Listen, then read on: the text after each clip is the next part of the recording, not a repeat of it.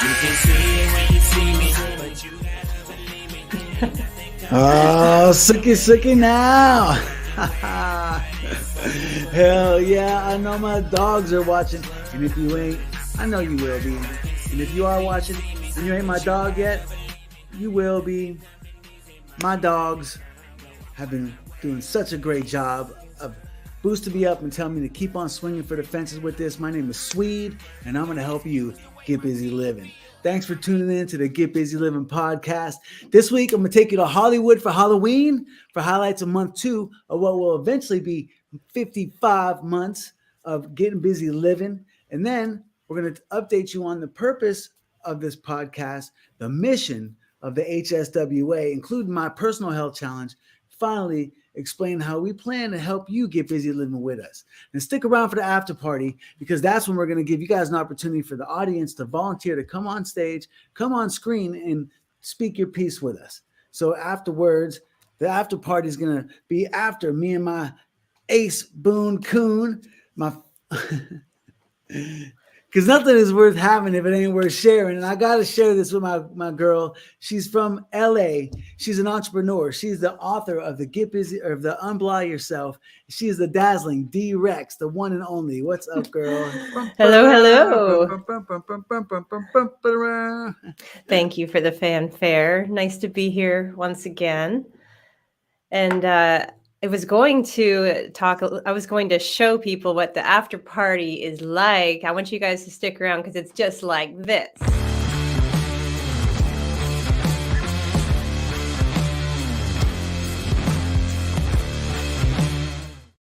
I love it, man. I love it. I love the bass line in there. I mean, I could just see my brother in here jamming. You know what, man? That's what I need to do. I need to get Brother Doug to play a live version of the after party riff. Yeah, that would be awesome. I mean, look, we got the studio set up for it.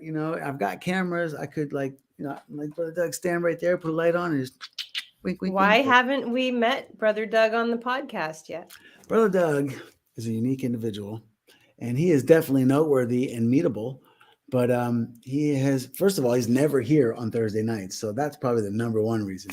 Because if he was here, I probably could, entice him. But man, he's just not, he's not one to like throw his face in front of the camera. Maybe if we do this podcast at midnight, I could get him to get up here. But like anything like this that's premeditated, man, he's nervous. Brother Doug's an enigma. That's a good word. He actually is. Yes, indeed. Well, hey, I want to say hi to everybody who's here so far, and I want you to say hi to us in the comments section because we want to see who's here.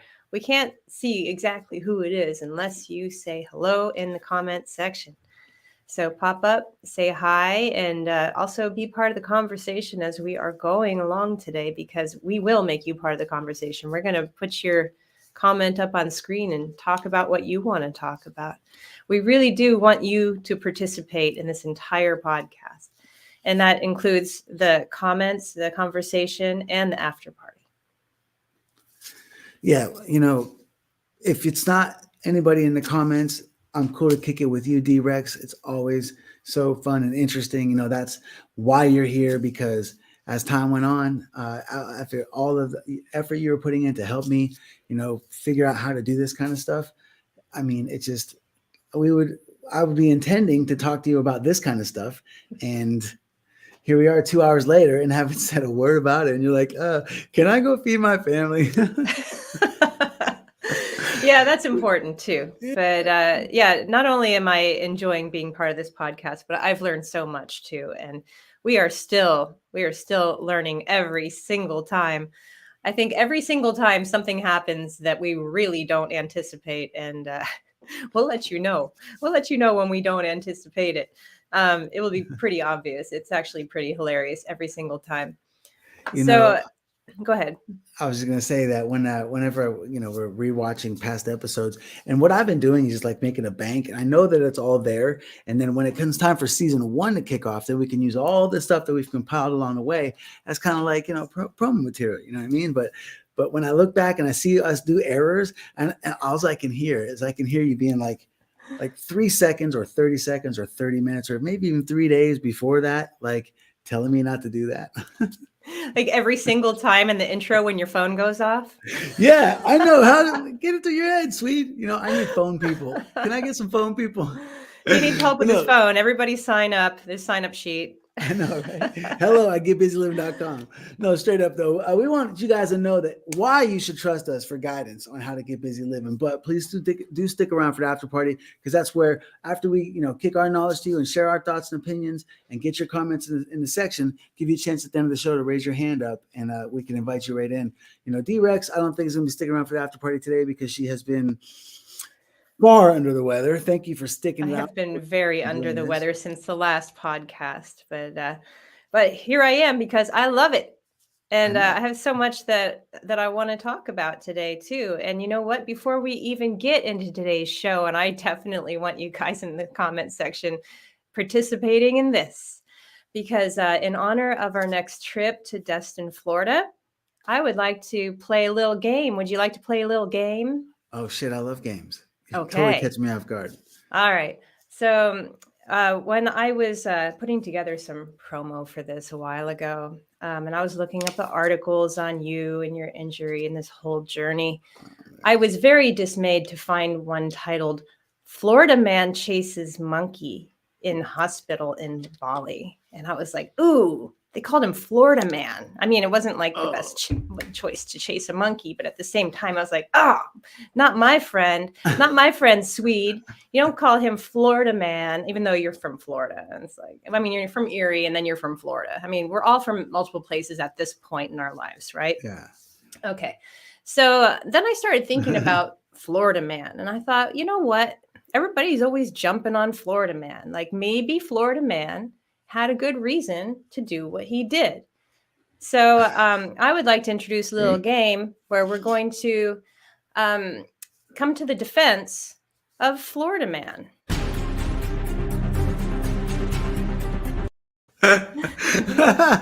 Show me that again. That's got to be.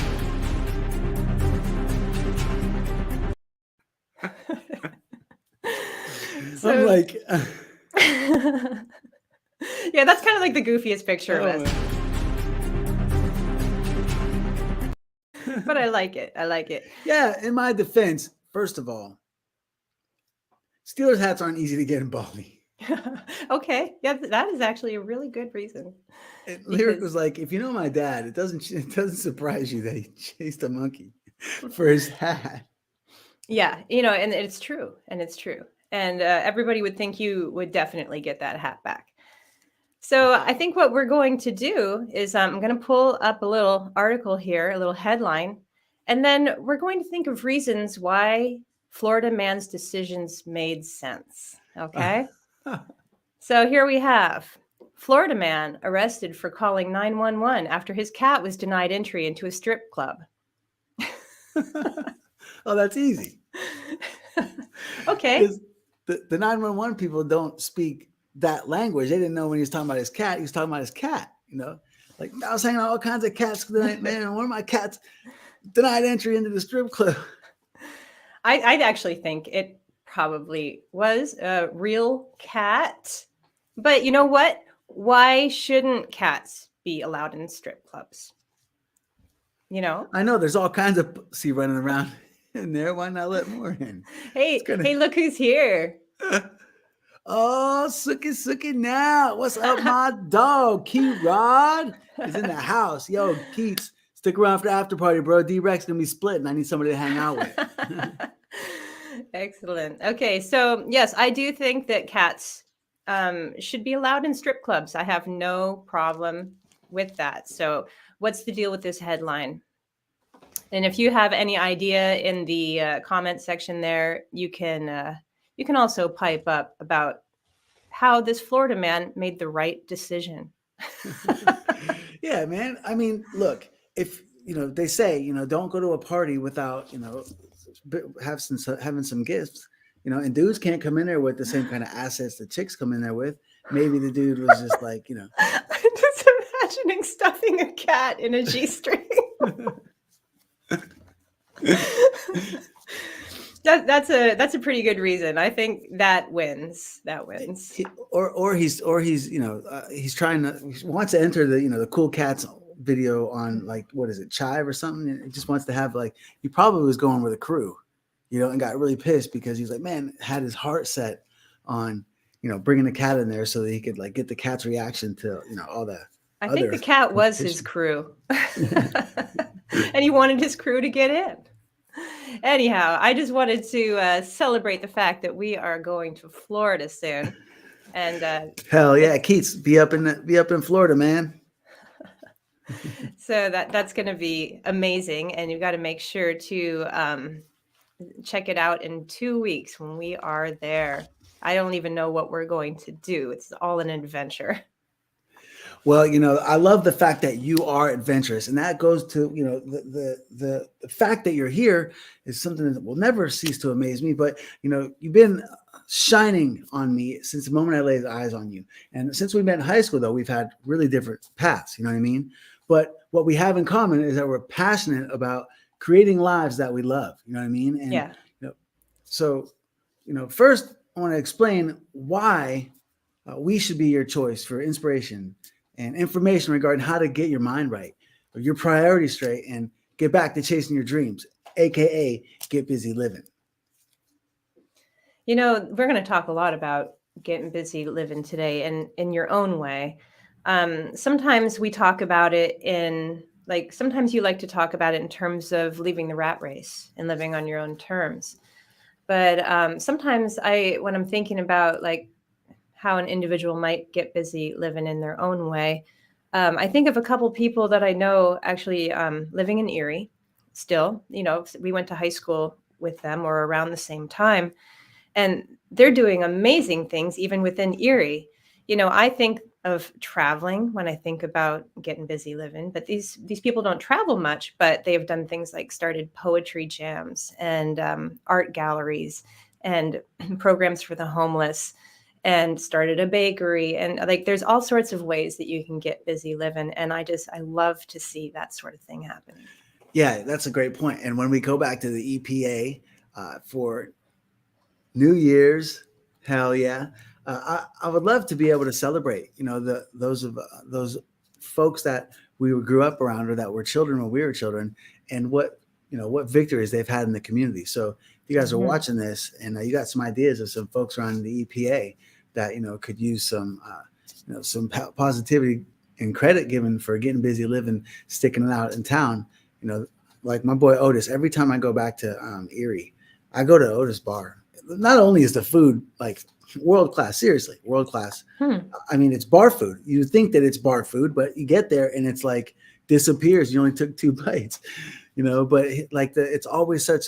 The energy in there is always excellent energy, like such a good vibe. I think it has to do a lot with the fact that he's such an easy guy to get along with and so cool. You know what I mean? So people that, you don't have to, be running around the world like I was trying to do, getting busy living. It's really just about, living a deliberate, purposeful, intentional life where you're doing what you're trying to do. You're taking control and making it yours, and not, I call it like the slave to the grind or being a victim of the rat race, because, a lot of people do actually just get so caught up in what they're supposed to do, they never take time, to stop and think about what they want to do. You know what I mean? And that's really what I'm hoping with this podcast, that those people that, that just never caught the aroma of going and doing, can maybe just stumble upon this, just maybe because they know us, or some friends said you should look at it, and then something that we say, gets them to raise up a little bit. Like I love when you tell me about when I stopped through LA on the way,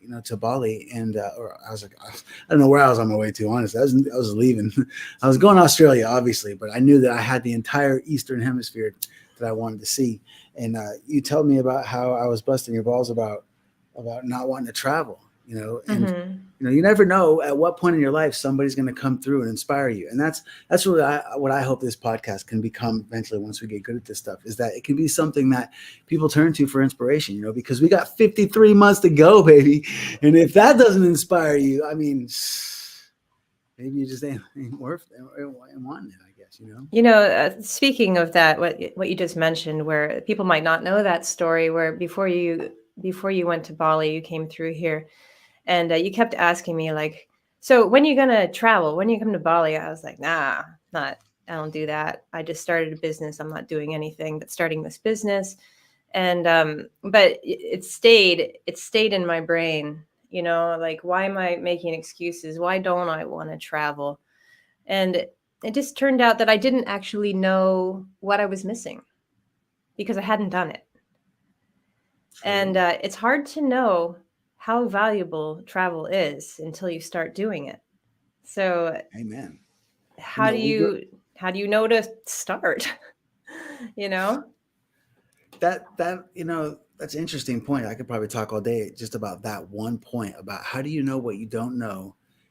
I was thinking today about an issue in my life that I'm struggling a lot with, and I was trying to consider the other person's perspective. And how do you know what they're seeing and thinking and feeling, without their experiences of their past? Because we all see things from a certain angle depending on where we're standing because of stuff that have happened to us. Mm-hmm. And so that's interesting because I've always been thirsty to fly around the world, and ever since I saw Superman flying around the world and reversing time when I was like 7, I was like, I want to do that.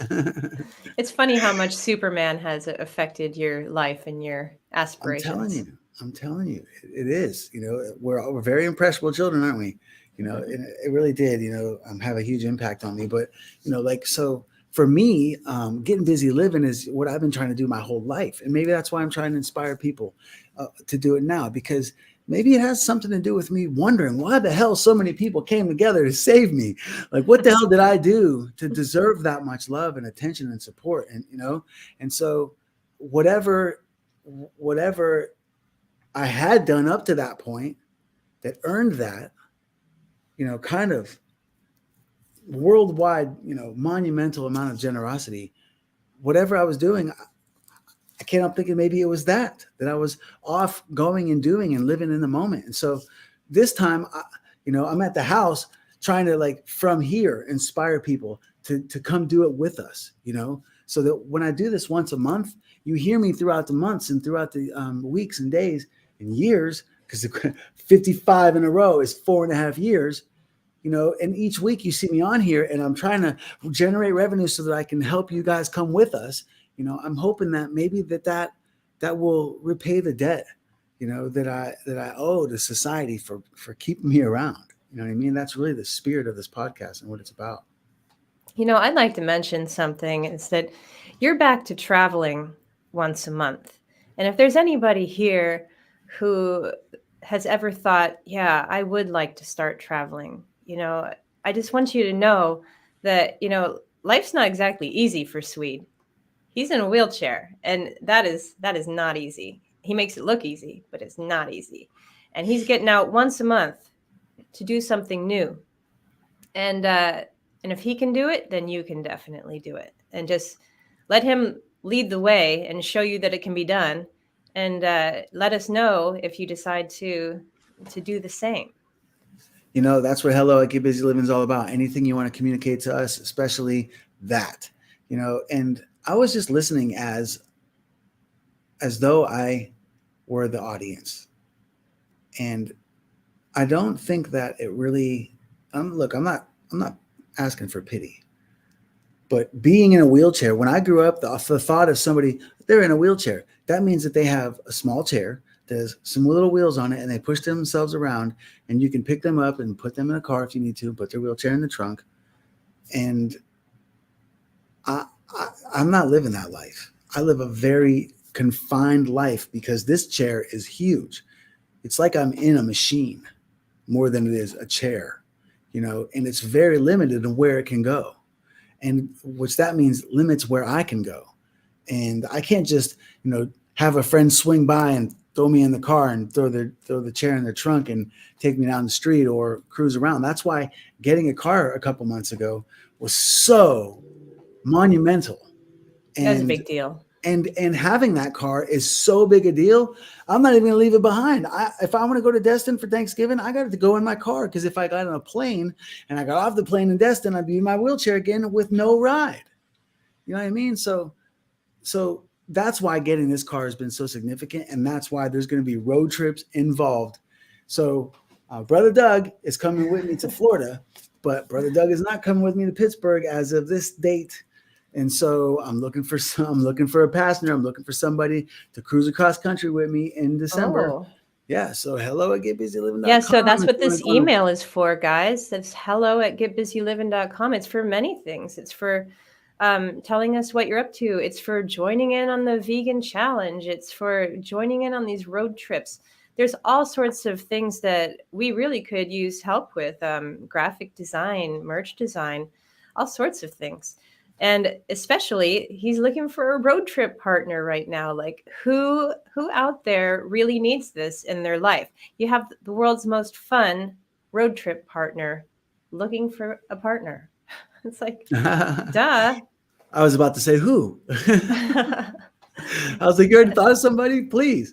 Look, I take pride in the fact that I came from humble beginnings and that I've been able to see the world.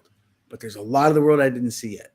And I know that I want to do it the right way this time. And I want to help others come with me, really. So this entire project is, I can't be more transparent about, the money that is brought. So as of season 1, at the beginning of this podcast in January, then that's when we are going to start, bringing the experts on, including my doctors, our stem cell experts, the people that I'm working with in the schools, and professionals that can help you understand what the HSWA is about why stem cells are so important and how they truly are a fountain of youth. So the transparency about the revenues that come in and where we're distributing them is all going to happen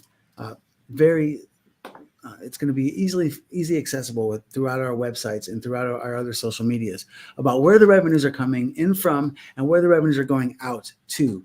And so this podcast is only just one little sliver of a revenues, because you don't really make a lot of money, or you can't. And we're not making any money right now, but even with a large viewership, it's not the revenues that you can get from being on YouTube. It's the amount of people that you can reach and the impact that you can make. And that's why I'm putting so much time into this, because I wanted something that I could build that had an unlimited income, but also that had unlimited accessibility. I want to make the road wide enough for all of us to walk that path of getting busy living. And the fact that I'm trying to beat the streak is only just like a marketing, ploy. It's just like something to talk about, that once in my life I had been 54 months in a row on at least one epic adventure every month. And sometimes like this one coming up in December, I'm going to be in Pittsburgh in Erie and traveling across country for 2 weeks. I'll be in, by the time January 1st comes around, I'll be in Erie. So then I'll be leaving Erie and driving back across country. Well, that's one adventure, right? But that's going to cover the span of 2 months. So that covers 2. And there were times in that 54 months where the same one lapped over from one month to the other. So it was technically one epic adventure. But when you live in the moment and you're trying your best to get busy living, every day is an adventure. That's why I always say it's a great day to be alive. And yeah, I mean, that's actually something that you taught me, is to look at every day like that. You text me in the morning, you know what today is? And for a while, it really took me a while to be like, what is today? And I realized that it's just a great day to be alive. Like, it took me forever to realize what the answer to that was, but I think I got it now. And it's very true when you're getting busy living. Hell yeah. And, I want to convey to the audience how important it is to think ahead and have a plan. Okay. I was very spontaneous throughout that first 54 months, and I intend to continue to be that way.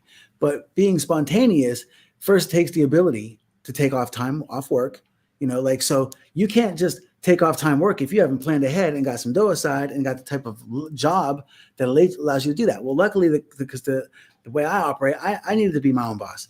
I realize not everybody operates that way, but even if you have a boss, you can think ahead, whether it comes to paid time off or whatever. If it's a priority, if you think ahead and plan ahead, dream big, decide with all your heart's desire, and then believe that whatever you want in life, whatever getting busy living is to you, you're capable, deserving, and on your way to achieving it. And then take action. All right, make the decision, plan ahead, make the decision, and then take action. All right, look, I know you guys have things that you want to, that you feel about how easy it could be or how easy it is to say. If you want to chime in and come and speak your piece, volunteer, stick around for the after party, and come in and let me know, what your challenges are, because, the inspiration, and I want to say this, the original inspiration for the Git Bizzy Livin project, in essence, came from Scooty Wells. He called me up when I was living in Australia, and he's like, yo, dog, he's like, how many times a day do you have somebody hit you on Facebook or whatnot and ask you how you do it? How are you just doing all this traveling, And I'm like, every day. And Swells was living the life before I ever even thought about it. And he was like, me too. He was like, and man, I feel like we could, really, with your consulting experience and my touring experience, he's like, not only could we really teach people, like really give them proper advice, but we can really actually take them. We could help people, get out and do what we're doing, and then he had this really cool idea about the fact that there's a huge portion of corporate America that, because of equal opportunities, the fact that women get time off maternity leave, men, also get maternity leave, only it's called paternity leave. So there are, for a lot of corporate America, you are actually able to take time off. And if your job has a unique enough set of responsibilities, you can leverage so that you don't need to have a child to take time off. And you can leave your job for up to a year in some cases and be guaranteed to have your job when you come back, as long as it's, provable that your skill set is unique enough for that. And there's a huge portion of corporate America that qualifies for that. So Swells came at me like, bro, let's put together a consultancy where that's our target market, the people that can actually take time off and leave their jobs. And the first thing that people are going to say is, well, if I take time off, I'm not working, how am I going to afford to pay my bills? Well, look, bro, when you got 2 kids that are teenagers, they got cars, you and your wife both got cars, you got a boat payment, you got a house payment, just sublease it. You own it, sublease it. You got Turo, you got Airbnb, you got all these different ways that you have ownership. It's way cheaper to own than it is to rent. You can sublease all that. You can literally take a family of 4 with a working wife and a working husband, 2 kids, sublease their properties, and probably make money on it on your way out of town. And then come back after you're tired sailing around the world, and the money that you're making on subleasing will cover your rental payments, cover all your mortgages and your payments. And also, if you have that type of corporate asset life, then you'll have enough money. It'll be making enough money to cover your expenses. And so we literally put time into curating a trip to Bali that included a hike of one of the world's most active and least hikeable, but cool hike volcanoes in Lombok, called Mount Ranjani. And we were going to show them the time of their life surfing in Bali, scuba diving in Bali, monkey chasing, if you will, in Bali. Hiking, mountain biking in Bali. Or hiking and mountain biking in Bali on volcanoes. And we were going to put these trips together and get our friends to come and do like a pseudo trip with us, where we have a videographer and record it all, and then market that to corporate America. And we called it we were going to call it Git Bizzy Livin. And so that would have taken tons of planning. And the people that were going to be able to afford that, we're going to have to do a lot of plotting as well. But the point is that when you believe that the world is not too big for you, and you actually get a little bit of wind in your sails and get up the gumption, man, like you said, if you haven't done it yet, you might not get it, but please let this podcast be what inspires you to do it. If you haven't, you know what I mean? I would actually like to jump in for the people who might not own those things to sublease, and they still would like to start traveling. Like, how do you do it? Because not everybody owns a house at this age. I mean, the world has been conspiring against us all in this generation to secure these assets. It's not like it used to be. But I do believe that traveling is within reach for most people, but it does require a lot of planning ahead. Saving money isn't the hardest thing to do, but it's the length of time is what you determine is the difference between I go now or I go later. But saving money is just putting it in the bucket, and then eventually it's bigger than you expect. And there are cheap ways of traveling. You don't have to go the bougie way. You don't have to do the 5-star hotels. In fact, I would advise against that because Yeah. you know what I found when we went to Costa Rica a couple of years ago?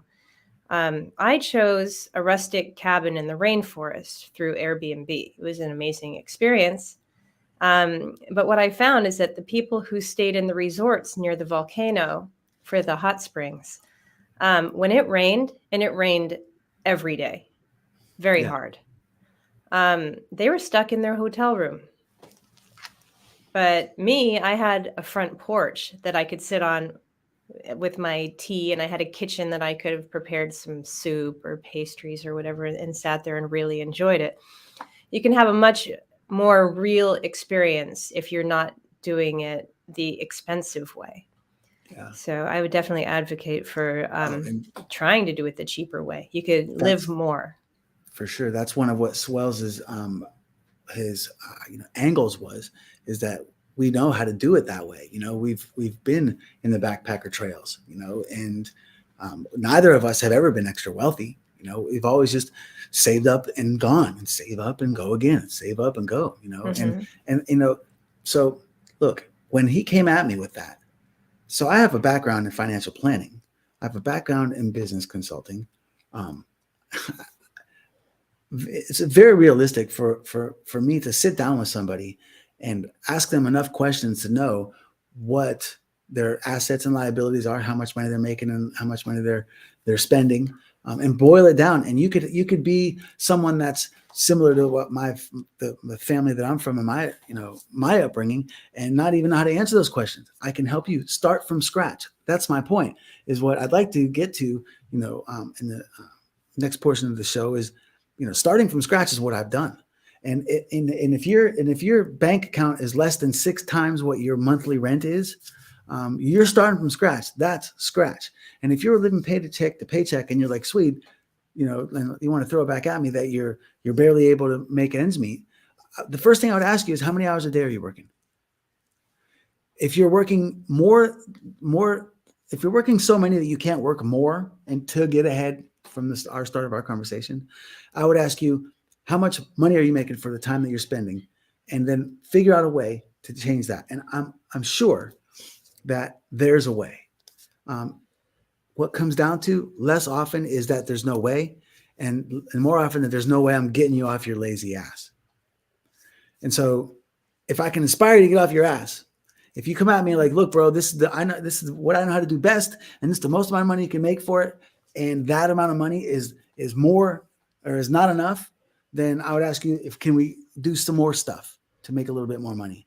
And if you can't, because what you're doing is taking up all your time, and you don't have any time and energy to do more, or you have children, which is a valuable and probably the best reason to not get another source of income. But if that's the case, then I'd ask you, can you get better at your job so that you can earn some more money doing that job? Or, is there something that you're good at, that your kids are good at, while you're spending time with them, that you can make into a hobby that is something you can make money doing? Because there's a lot of people buying, shabby chic stuff off the internet. You know what I mean? My point is, if there's a will, there's a way. All right. And I cannot be more upfront with you guys. You have my word. And that's all I have, really, is my word. And I'm giving you my word. If you come at me and you want to get busy living, but you don't make enough dough, or you don't have enough time, I will help you figure it out. If you have the will, I will show you the way. And I'm not telling you that I'm not a licensed financial planner, nor am I a licensed nutritionist. But these are things that I've dedicated my life to learning about, so that I can, figure out how to live long and prosper.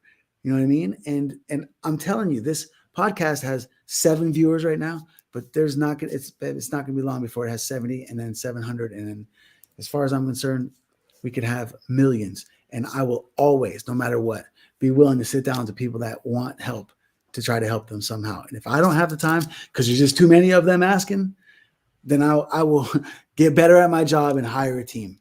If the Git Bizzy Livin project becomes a financial planning and consultation service for people that want to know how to do it, and they want to come at me and say, how do I spend my time making enough money to go live my life? That would be a dream come true for me. But what I've figured out so far is the Help Swede Walking organization. That's my best way of trying to help people learn how to get busy living. And what it is, because it's a nonprofit for people that need stem cells. Okay, so I'm just going to read you what the mission of the Help Swede Walking is. So the mission of the Help Swede Walking organization is to create in our society the acceptance and availability of stem cell therapies and help underprivileged and needful citizens gain access to their tremendous impact potential. One, by educating the public to understand that stem cell science is a proven, safe, and effective method that is no longer a moral or ethical issue.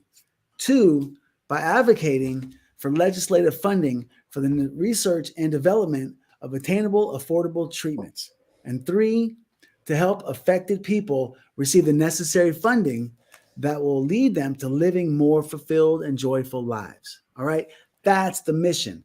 It's to help people that need help, that stem cells can help, which means everyone, to get it, to help the research so that we can make that so that it's no longer an uninsurable thing. The problem is that stem cells literally are the fountain of youth from you. You can take stems out of your own body, or stem cells out of your own body, and grow more of them and put them back in your body. And it's like taking police officers and firefighters and EMTs and cloning them and sending them out into society so the society has safer, more people that know how to help and put out fires. You know, that's what cloning stem cells is. But they're yours, so that means your body won't reject them. And I'm not even going to get into the science of how it works, because that's for future for future experts that will help on the show to explain that kind of stuff.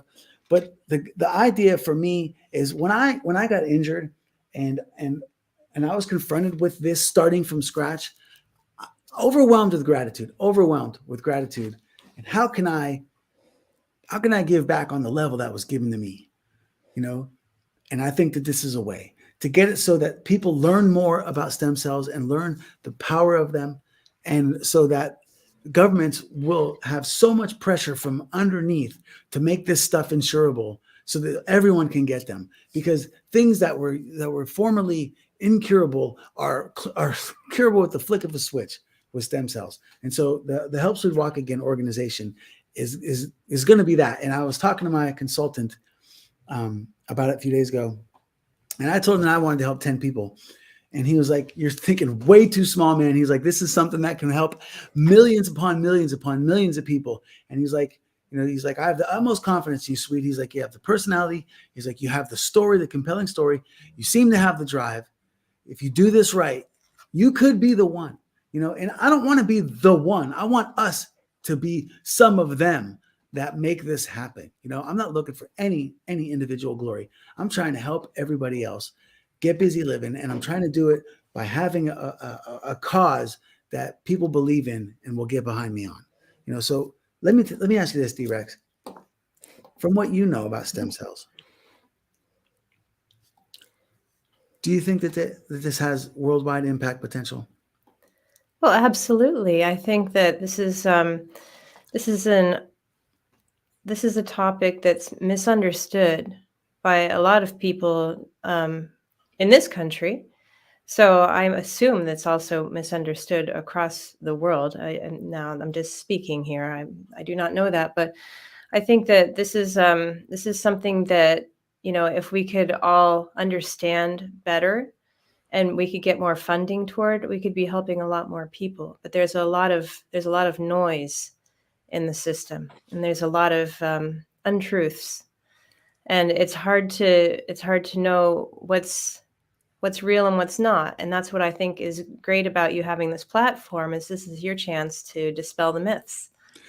Absolutely. I love the way you said that, because that's really what I want to do. Not just about stem cells, but there's a lot of misunderstandings that I feel that I could chime in and help people understand. You know, I remember when Lyric was third grade, and she came home, man. She's upset that the kids at school weren't laughing at her jokes. And Lyric is a hilarious person, and she has like been infatuated with laughter since she was old enough to laugh, really. And I remember her coming home from daycare, and or like just trying to like tell jokes, and I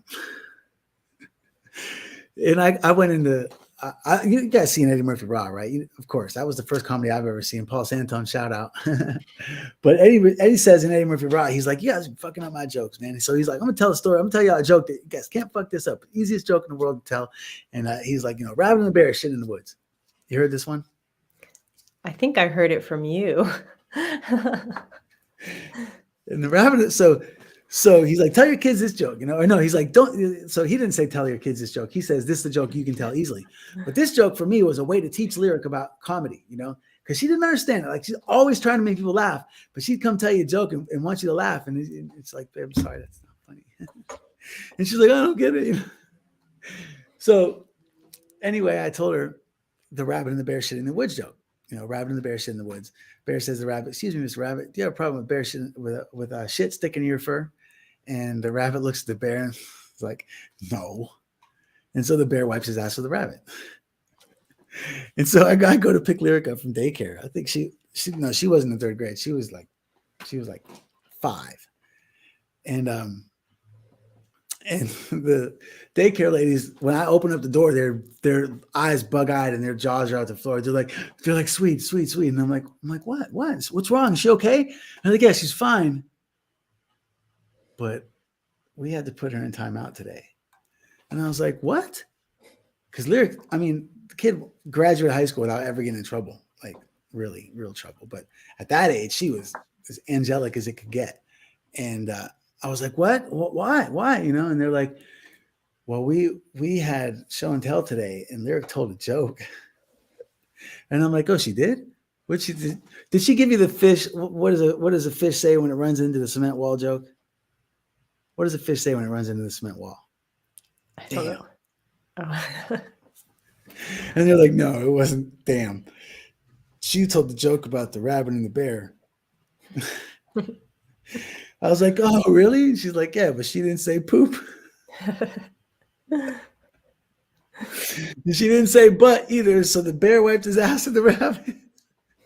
And I was like, oh, I'm a bad dad. I can't believe I let that joke in school. But anyway, my point is that when she was telling it, she didn't understand that, that was probably not appropriate. And I feel like there's a translation that gets lost, and a lot of people just don't understand certain things for what they are. And I think that I have been told enough in my life to feel confident that my way of alliterating and wording things helps people understand stuff. And so I want to try to bring that to life. That was Lyric's recommendation. She was like, because we were brainstorming on how I was going to have that level of freedom that I once had, because I don't care how injured I am or what I have ever been or ever will be. I'm not going to stop being thirsty for that freedom that I had once had, where I was completely, no obligations at all in life. I could walk in any direction I wanted and do whatever I wanted. I didn't have enough money to go stay in 5-star hotels for 3 weeks at a time for 4 years in a row, but I can walk in a direction and I got enough dough with me. You know what I mean? And oh man, I lost my train of thought. Well, so I wanted to get back to that level, and to do it, as one person was a lot cheaper than to do it when you need somebody to help you with all the things I need help with on a daily basis. So brainstorming on how to get back to that type of income and lifestyle, and how to make an impact. And she was like, podcasting, well, the story. And so when she told me that, these things, that I had an interesting way of putting things, and that if she's still interested after this many years, she's not bored with it, and she still likes listening to me talk, then probably other people do too. So I want to bring things that people don't commonly understand, to the forefront and give it to them in a way that they will understand. I can take stem cells into the corner bar on 8th and Liberty, if there was ever a bar there. And I can I can help you understand what they are and why, and get the people that don't have the common message and just believe what they see on the news, or that don't have a better message, and they haven't taken times in their lives to try to figure it out. Look, I don't want you not taking time in your life to figure it out to be the reason that you don't know it, if it's something that can make that big of a difference in the planet. You know what I mean? So just because you haven't tried to go out of your way to learn it, or nobody's presented it to you in a way that you understand it, I don't want that to be the reason that you don't know it. So I want to make the information available to people in a way that's easy for them to understand, and something for that they can get behind. You know what I mean? And stem cells, there is absolutely no reason, and that's why they're suppressed, because pharmaceutical companies know that if stem cells become readily available, they're losing a huge market share. I'm talking, my guy told me to be careful about citing statistics, so I'm not going to say a number, but the number of pills that would disappear off the market, and the number of procedures that would no longer have to get paid for if stem cells were readily available, just like ice cream. Literally, you could have an ice cream truck driving around the neighborhood, coming up and giving people stem cells, and that would cure so many of the world's problems.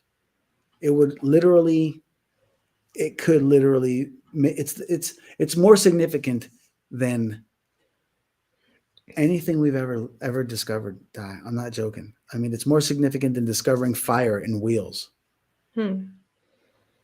It really is. And well, I think that this is going to be really exciting because, I mean, even though we always say we're going to help 10, and and you're going to get your stem cell treatment as well, and we all want to see you heal as much as possible.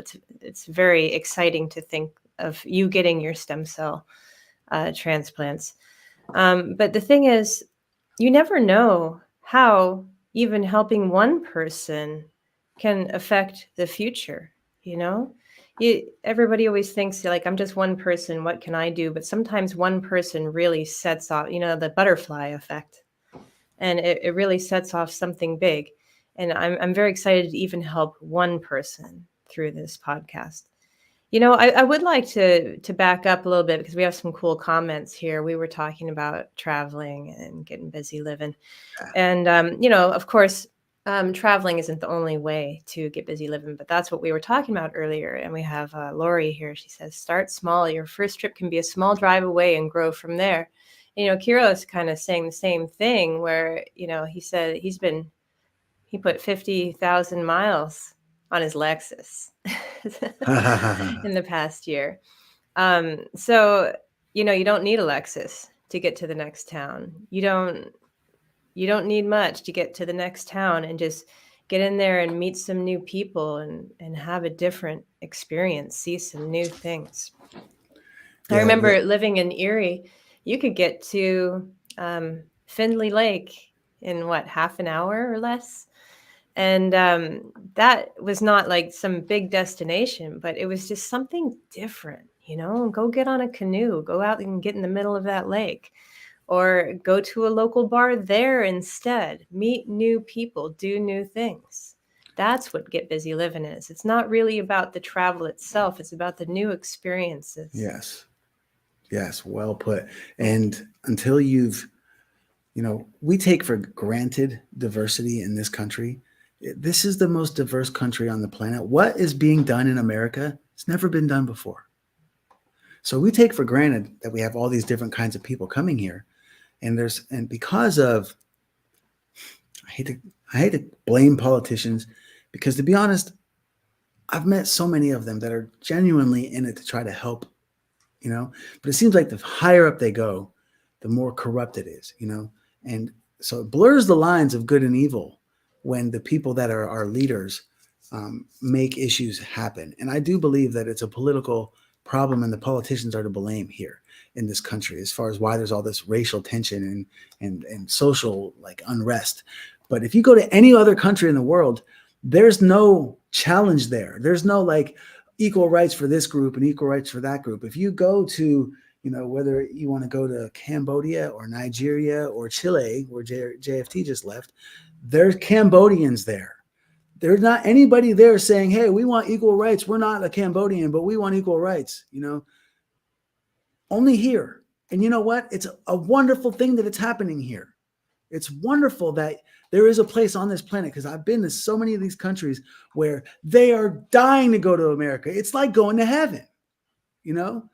And when you get here, it's awesome and it's amazing. And on the level of what is happening here as far as opportunities for everyone, look, I'll be the last person to say that a middle-aged white man like myself doesn't have easier avenues in a lot of directions compared to others, you know, pretty much compared to everyone.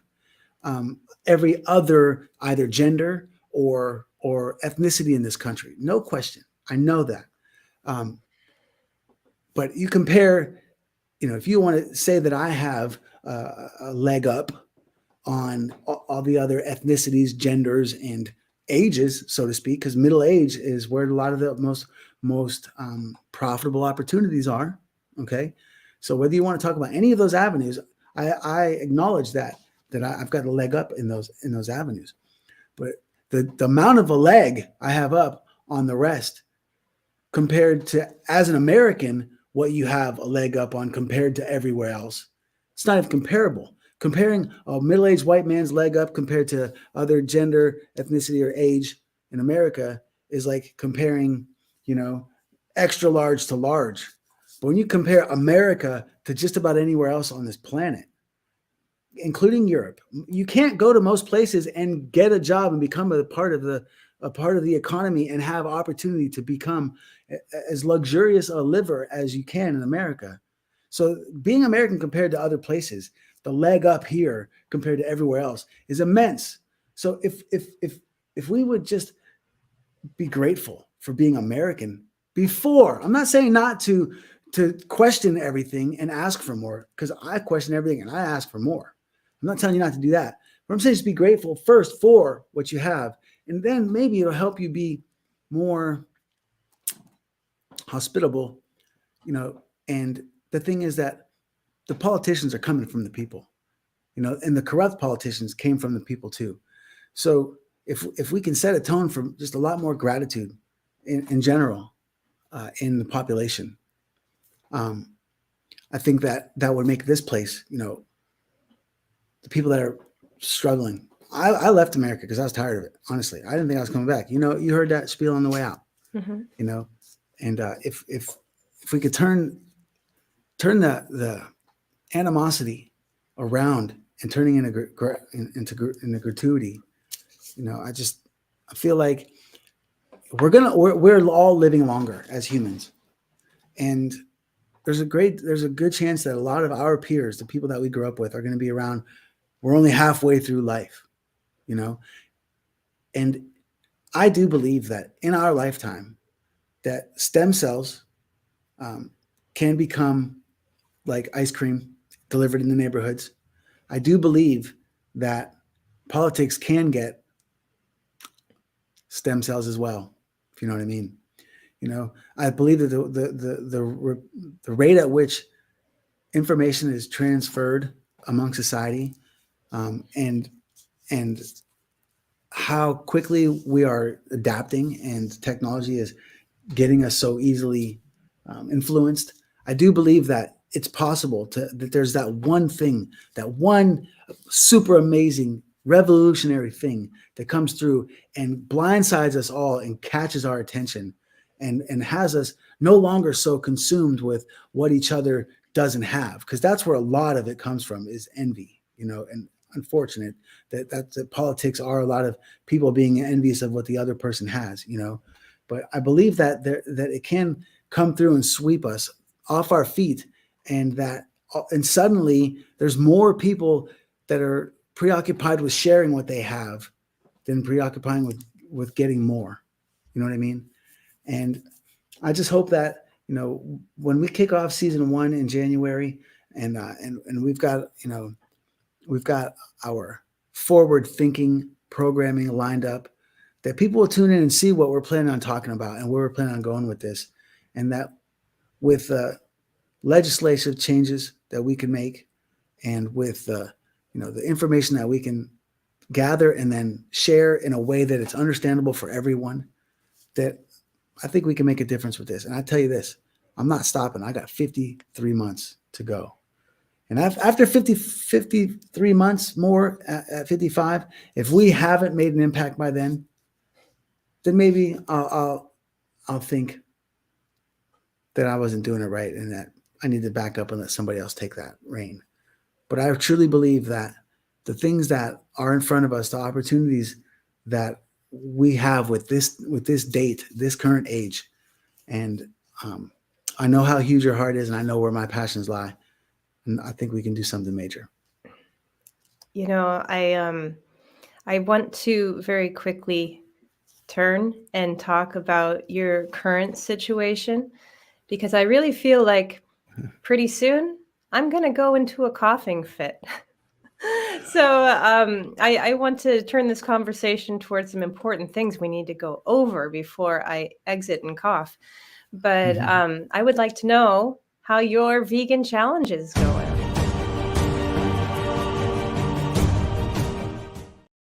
Because I believe this is an important part of you getting toward those stem cells, is you're trying to get Yes. your body right. Yes, thank you for bringing that up. And to alleviate the pressure, we're going to start we're going to start the after party in about 5 minutes, y'all.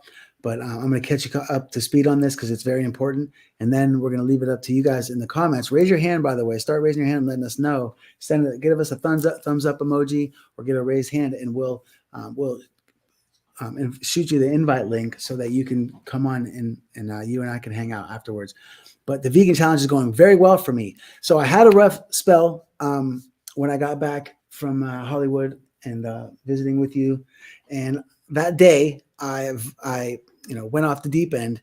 But since then, I've been doing very well. There's so much delicious food that I haven't really. I mean, it is a challenge. Don't get me wrong, because there is a lot of pizza commercials on during football games. And then football itself, it's like you don't really think about wanting to drink a fresh pressed juice when football game's on. Oh man, food is a it's so much of an experience and so much of a pleasure and has so much psychological impact on us. When I'm watching football, my mouth is like, "Where's the buffalo sauce? Where's the buffalo?" So it's not even a joke. That our bodies can learn, to behave that way. Yes. But no, I've done very well. So I can. Here's the thing: I feel a noticeable difference. I feel with my hands because I can't feel with my own. I can feel a noticeable difference in the size of my belly, the non-vegan belly. And I went yesterday and got an RMR, which I want to talk about that more in the next episode. What is the resting metabolic rate?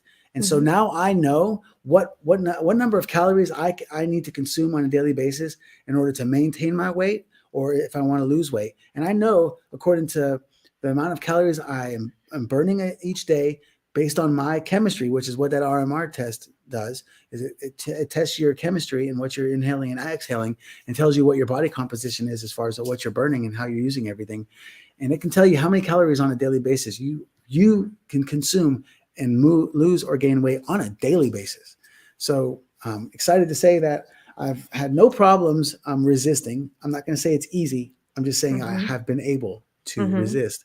Anything cooked, anything that's not. I've been eating cereal.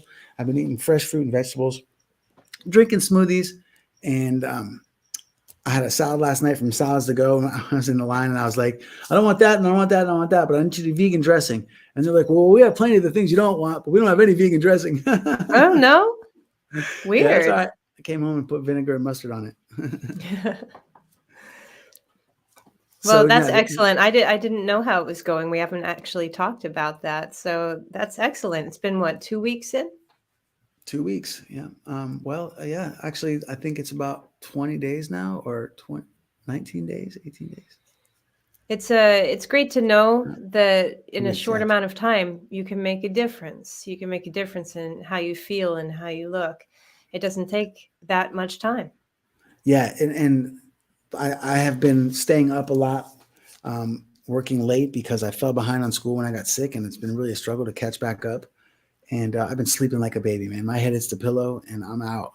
And I sleep so easily that if my phone goes off for any reason, don't get me wrong, I miss stuff when I'm sleeping, but it's not hard for me to answer my phone and then fall right back asleep. It's not even an interruption. So don't worry about hollering at me in the middle of the night. I'll probably see it. If I do see it and I don't respond, then maybe I didn't. But if I do see it and it wakes me up, I'll go right back to sleep and it won't be a problem. And that has a lot to do with it. I'm telling you, it does. I know that when I'm eating terribly, I feel sluggish, and it's harder to wake up. And when I do wake up, it's harder to get back to sleep. Nice. Well, I'm glad you're seeing a difference. I have this one comment from before that I feel like it went unnoticed, and I think you need to see it. Otis got shitty bread. Oh, Keats, don't go there, dog. Come on, apologize in public. Oh my goodness. No, Keats family supplies Otis's bread, and that's part of the reason that their food is so spectacular. So, I know it's time to wind down the show. I want to say, thank you, D-Rex, for another dedicated session. The amount of heart that you're putting into this project, I don't know how I'm ever going to be able to repay you. I just hope that you enjoy it as much as I do. Yes, absolutely. Every week is a big pleasure. So I'm happy to be here. I just want to remind everybody that the after party is starting soon. And what do you need them to do if they want to be part of it? Because I'm not sure how this is working this week. Yeah. So in the comments, if you want to stick around, what's up, Boogie? Kiro, if you guys want to just shoot me in the comments, just put a hand up, give me an emoji, give me any kind of signal in the comments that you guys want to kick it, and I'll send you the link, and I can bring you right on camera. So, Keats, I can get you up easily. In fact, I think I might have already sent you that. I see Boogie's in the comments. I can't wait for you to meet Boogie. He's one of my top dogs of all time. Lori, if you want to come in and kick it with us, I would love to have you. Tosh, I told Tosh, I was like, come on. I know she's got other things that she has going on right now, but I was like, D-Rex is a huge fan. Mm-hmm. Yes. We need to hang out again for sure. Well, I'm hoping that Tasha will be able to make it down to Florida while we're down there.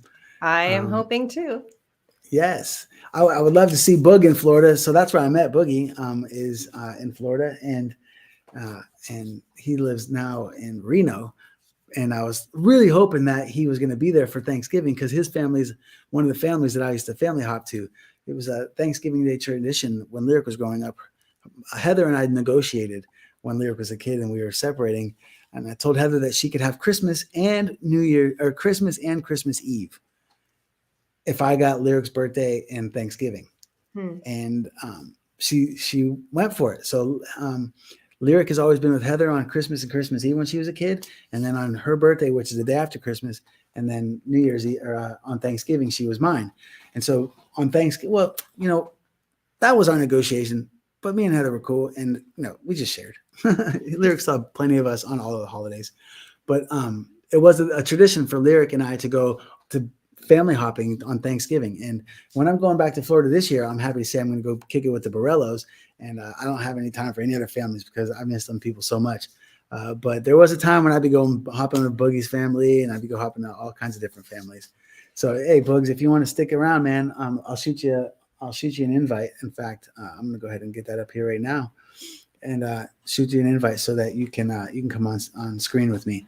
But I just wanted to say, D, that I know that we had show notes and we have things we want to talk about, but I really like this pace. I like just having things that we're prepared to talk about, because a lot of what we've talked about today really has just come from the heart, and it's just the truth. And I want people to know that we're going to get better at executing this, this process and doing all of the things that go along with, making anything successful. And like Hero and the bread, that just being able to bake bread doesn't make a successful business. You have to be able to communicate with your people and know how to hire and manage people. And just like this podcast, there's just so much more going on here than just me and you talking, And as we get better at it, we'll be able to execute the process a lot better.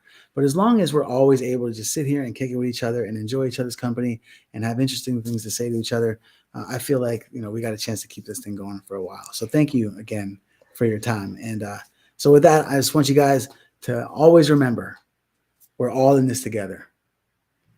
No matter the weather, whether sunshine or rain, there's no joy without pain. Always remember, we're all in this together. Stick around and see you guys at the after party. Hell yeah. When you see me, but you gotta believe me. Ain't nothing coming easy my way.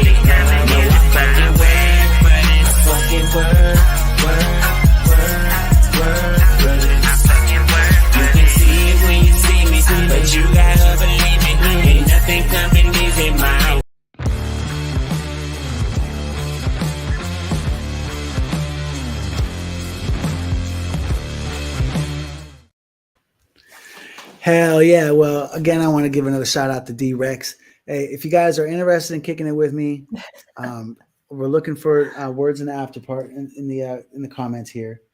And Kiro, I just realized Kiro has been sending me messages this whole podcast. He must not know that, bro. I'm not paying attention to my phone at this moment here, money. Come on, money. But I got you. I got you, Keats. I got a invite coming at you. All you gotta do is click on that link and then follow the prompts. If you got an iPhone, it's going to tell you that you need to use Safari, but it's pretty easy to jump in. And Boog, I don't know if you're there, but I'm gonna go ahead and share with you too, so that you can jump in if you like.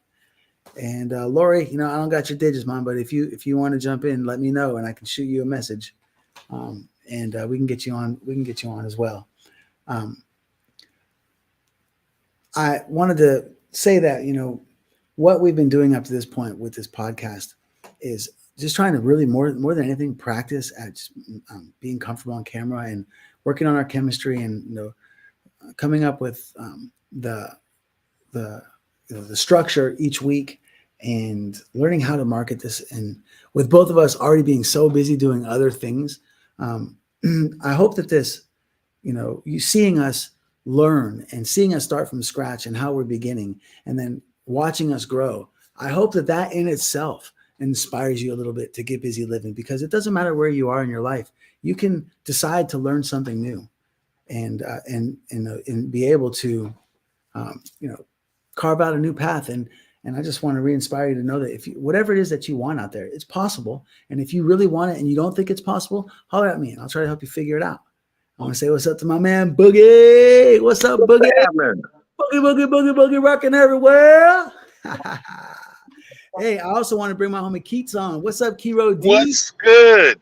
So, Kiro, how you been? I want to introduce you guys to each other. Boog, I know you've heard stories about Kiro. Kiro, I know you've heard stories about Boog. We met one time. We met in Destin one time we came down. That's right. Oh, you did? Right. Damn. See, I didn't even know. Yeah. That's cool. Long time ago. The boss hog.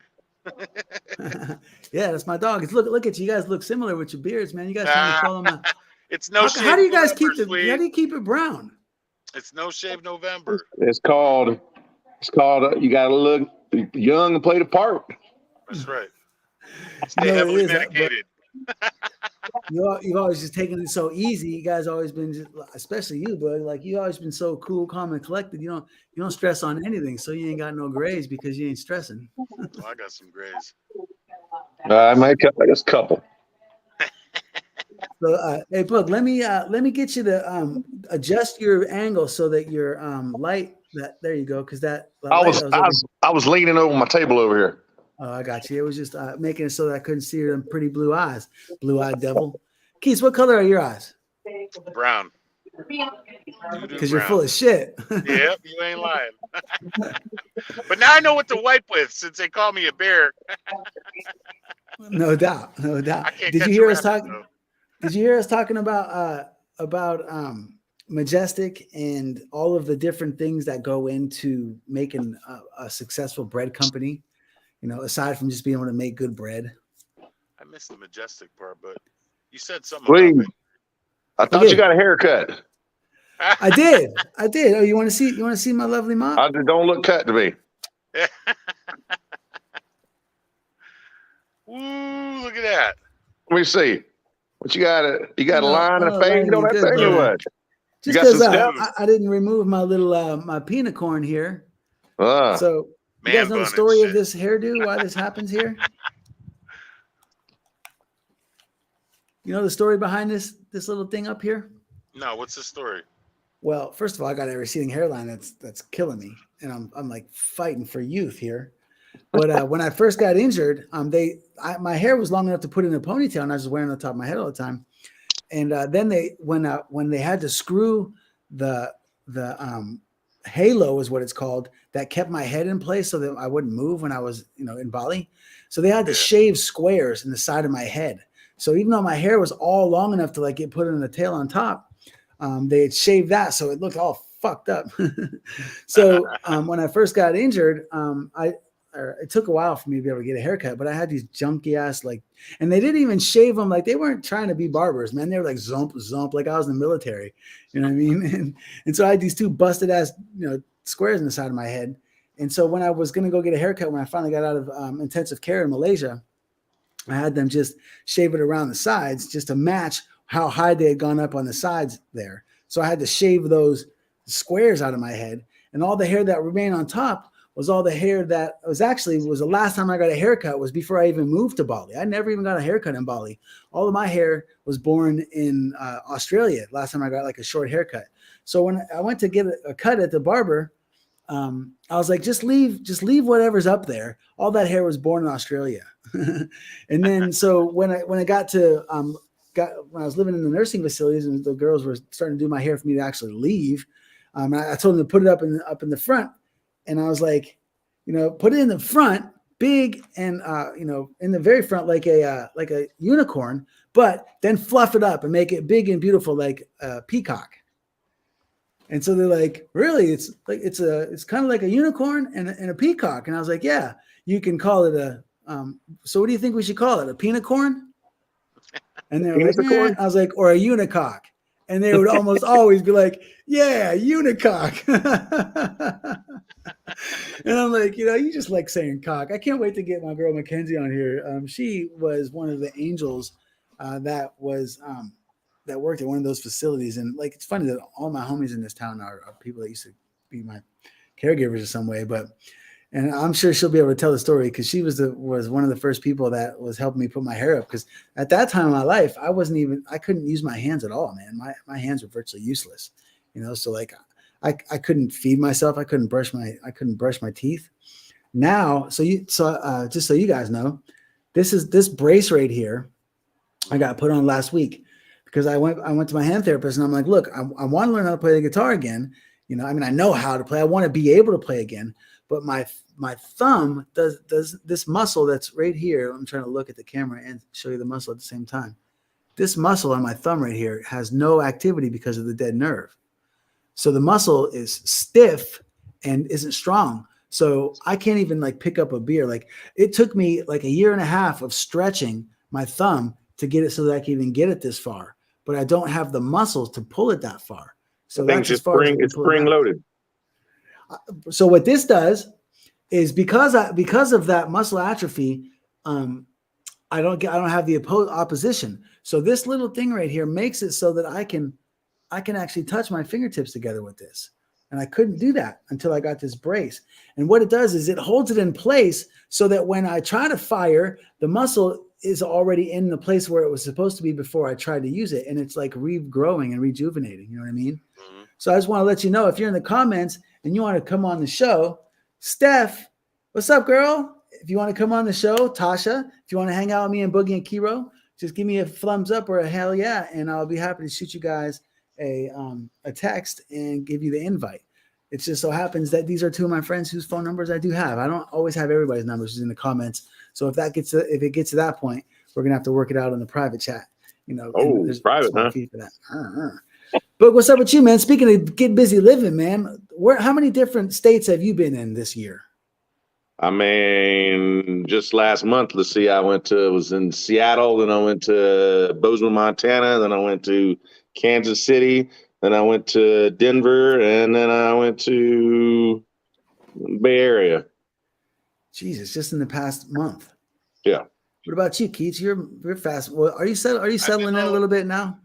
A little bit, but it's all over the Northeast last year for sure. Portland to Pittsburgh and everything between. Yeah, and even down south, DC, all that, yeah. Yeah. The whole Northeast. So and really, the 50,000 I was talking about in the chat, I only had this car 8 months. The dealership that's had it crazy. Like 3 months, 7.5 months, 50,000 miles. That is absolutely outrageous. Moving and grooving. I was caged up for so long. I hit the road. I just couldn't stop.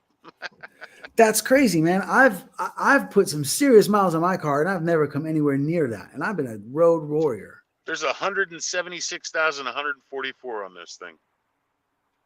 And how long you had it? I bought it in 19. So 3 years, and you put 100 and 40,000 miles on it. Yeah. Damn. But you're doing a lot of flying though, ain't it? Your company pays for you to fly, don't they? Yeah, I'm flying. I So mean, where right you now, at? if I'm going to California, then I usually drive unless I just get tired of driving, and then I'll just jump on a flight home. So, bro, Get them air miles. I can't tell you how disappointed I was that when you told me that you weren't going home for Thanksgiving. Hey, I'll be in Scottsdale. I know. How big of a mind screw is that I'm leaving and you're coming here? I got I'm going where I thought I was going to be able to hang out with you and the folks. And you're I got a coming wedding here. to go to. Yeah, man, that bummed me out when you told me that, man. You told me that, about a month or so ago. That was a big bummer. But me and Kiro are going to be kicking it in 6 weeks. You ready, Keats? When does this trip start for you? When are you leaving there? In time to be there. I'm hoping to get to Pittsburgh by Thursday. No. I'm talking about the cross country. You were looking for somebody to drive across country. When is that? Yeah, that's to come to Pittsburgh. So if I need to be, I just want to see the wild horses in my neighborhood. What? Hell yeah. Yeah. Oh yeah, I remember when I was looking at your crib when you bought that. When I was looking at your crib, there's stables there.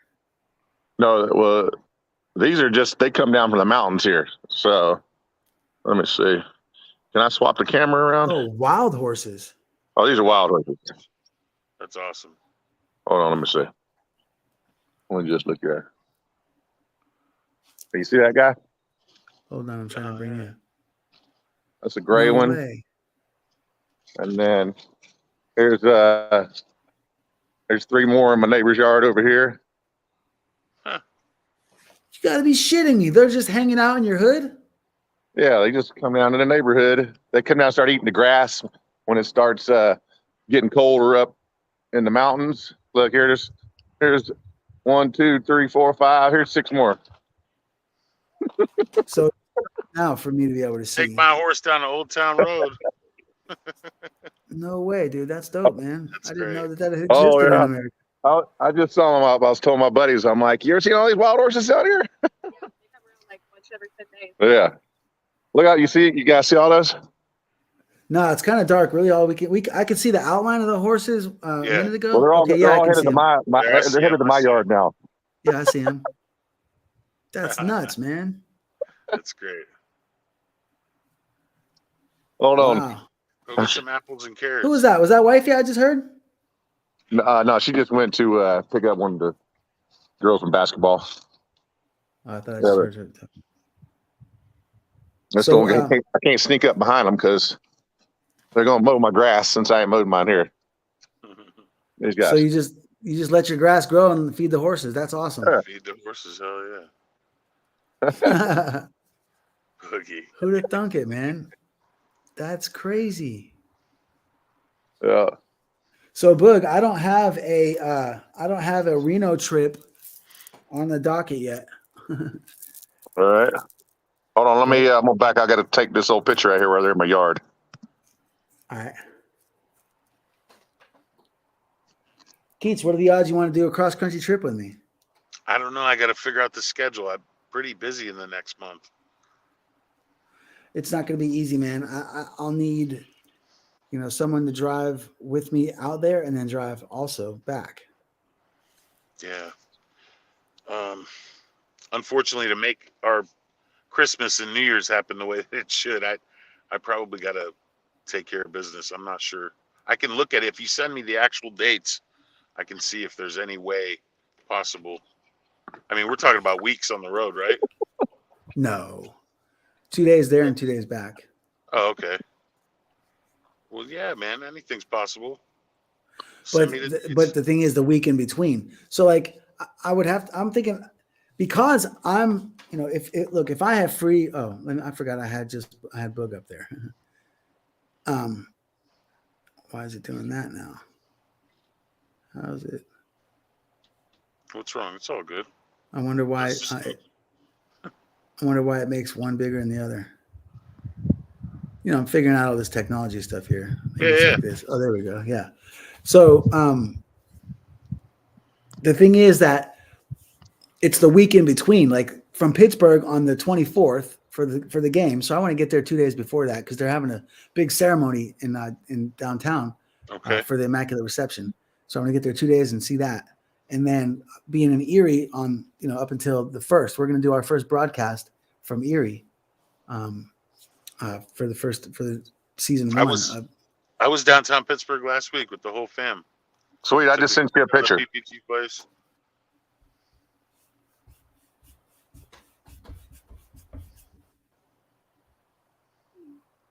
No way! Holy shit! Wow. Hold on. Let me see if this works. Oh wow.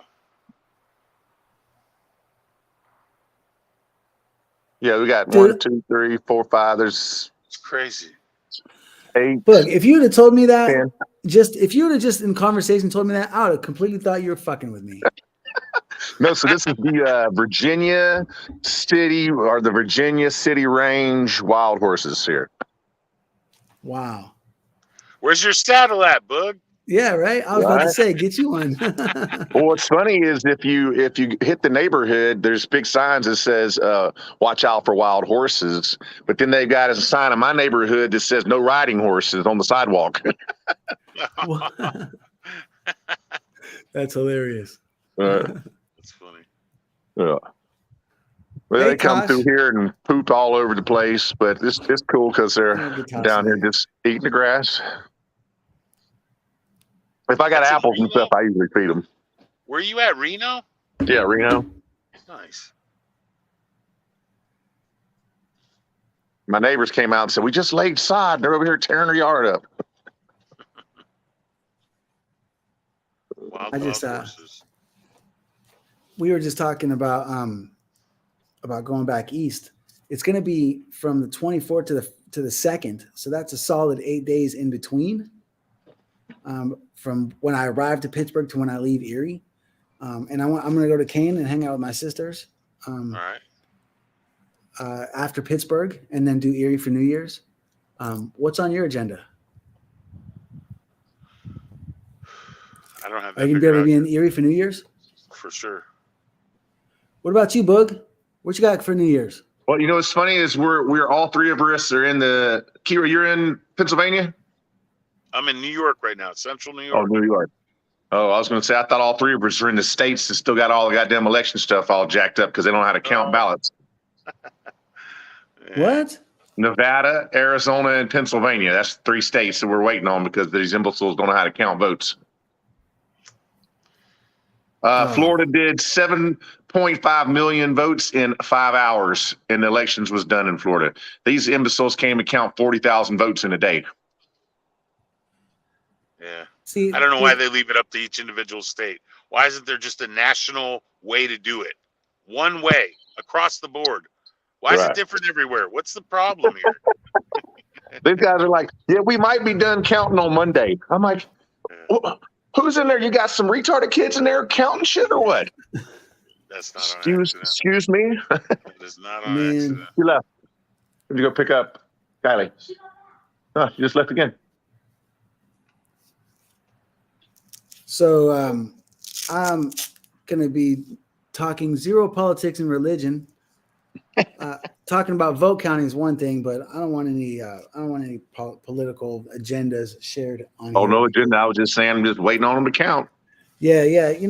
Man, I can't lie, man. I've never been torn about politics. I've always just tried to ignore them. But lately things are so messed up that it's hard to ignore. It's in your face. It's at every dinner table. Yeah, It'll be the topic for Thanksgiving turkey dinner. Oh man, I'm doing this vegan challenge, and the thing is, I like the vegan lifestyle when I'm used to it, but after I went through sounds zero amount of fun. That's because you don't know what it means. No heavy pickles, heavy mayo, extra mustard cut. Yeah, you can I like my meat. I know, Boog. I'm not going to get into it with you because I'm going to outlive you, and I don't want to see you suffering, man. But I just know it's going to happen. Yeah, I got this pit ball smoker out here, man. I'm on the smoker every weekend. Oh, and when I come up there, meats. bro, I'm going to have some. I'm just not going to have a lot. I did a tri-tip last weekend. Did a brisket a couple weeks before. Sweet, are you feeling good from it? Does it feel good? Bro, the energy is unbelievable. I mean, until you've tried, it's like putting a different kind of fuel in your car. Imagine that your car is designed for a certain kind of fuel. It can use other kind of fuels, but it's designed for a certain kind. Sure. And you've been putting the wrong fuel in it your whole life, and then you put the right fuel in it, and it's faster and more responsive. You know, that's how it works. Do you take any supplements in addition to this diet, or no? No. You can eat raw seaweed and get B12. Or that's the one that I've been taking Irish sea moss lately. There's a lot of great things you can take supplement wise, man. But one of the first things that they taught, one of the first assignments I had this semester was in my food sciences class was about supplements and about how you really don't need them, and your body doesn't even really know how to absorb them. So they're really just a big sham. Not that they don't help in some minor way, shape, or form, but if you put the same amount of effort into supplements as you put into into vegetables, then you'd be in there and be far healthier. Hey, I'm gonna bring my girl Paloma on. What is up? What up? Paloma, I want to introduce my boy Boogie and my boy Keyrod. Keyrod D, his name is Kiro. What's up, guys? I'm Paloma. She's the one that was cutting my hair last week. It's been 2 weeks already, actually. Yeah, it's been a minute. Time just be flying. That's all right, though. We got a date on Tuesday, right? That's the plan. Hell yeah. So I'll be cutting out on Wednesday night. And, I don't know what it's going to take for you to be able to do it on a regular basis, but, I mean, I got a cash out ready for you. What day are you leaving to go to Florida on? I'm leaving on Wednesday, and me and Brother Doug are going to drive through Utah, and I'm going to show him some of the sites up there, and then we're going to go into St. Louis in Illinois and hang out with my uncle. Shit, I wasn't supposed to tell him. Hope he's not watching. Actually, I kind of hope he is watching. What's up, Uncle Pete? Remember Uncle Pete Keats? Yeah. Going to kick it with Uncle Pete on and then we're going to go down, and I'm going to drive down through Atlanta, Tallahassee, and then back over to Destin. Nice. So you're going to be gone for how long? A total of 2 weeks. I'll be gone from the 17th to the 1st. So that's 14 nights. Yeah. Yeah. Who's getting married down here, bub? Jesse. He used to live with me when I lived in Atlanta with Brad and Juan. Oh, I just noticed. Sorry, Lori made a comment about turmeric, which is yes, it is. So that's a great point. Going back to the talk about eating, you don't eat raw meat because it doesn't taste good raw. You got to put seasoning on it. Seasons come from plants. So to think that a plant-based diet would not be as delicious as a meat-based diet that's just a flaw. So eat all the meat you want, man. It's your life. But I think you gotta like vegetables to be wanting to be a vegan. Not at all. Not at all. You just gotta know how to cook them. Okay, I'll tell you, I did try some. Well, what's funny now here in the vegan stuff? Everybody wants to make them taste like meat. It's like, oh, I got vegan chicken wings. I'm like, yeah, it tastes like chicken wings. Why can't food just be good by itself? I read this book, and it was talking about how people claim, like to be vegans or vegetarians or whatever the case may be, but they actually don't even really eat any vegetables. So it's like they're actually like starch-atarians, because to be a vegan or a vegetarian, you have to consume damn near 75% of vegetables. And people who are vegan, they eat a lot of processed cheese. It tastes like meat. And those are things that like don't necessarily fall into like by definition what a vegetarian or like a vegan is. Right. Well, it's like what I've learned, and I gave up. Bug. I think you had already left town by the time I turned vegan. But I gave up trying to tell my friends about what I learned about nutrition. It's not about anything other than the fact that those things are why everybody dies from cancer, heart disease, and diabetes. That's what it's about for me. I love meat. I love the way it tastes. I love everything about it. That's not what it's about. I'm I doing think you're it selling for the yourself health. short on them chicken wings. No, because I'm addicted to them. I eat chicken wings, man. I can't wait till the vegan challenge is over. That's the first thing I'm going Hey, to eat. I'm we just trying to got a make the new wing point. joint that opened over here by my house. So I'm thinking we'll have to check out this weekend. I'll send you some pictures. Hey, cauliflower wings are fire.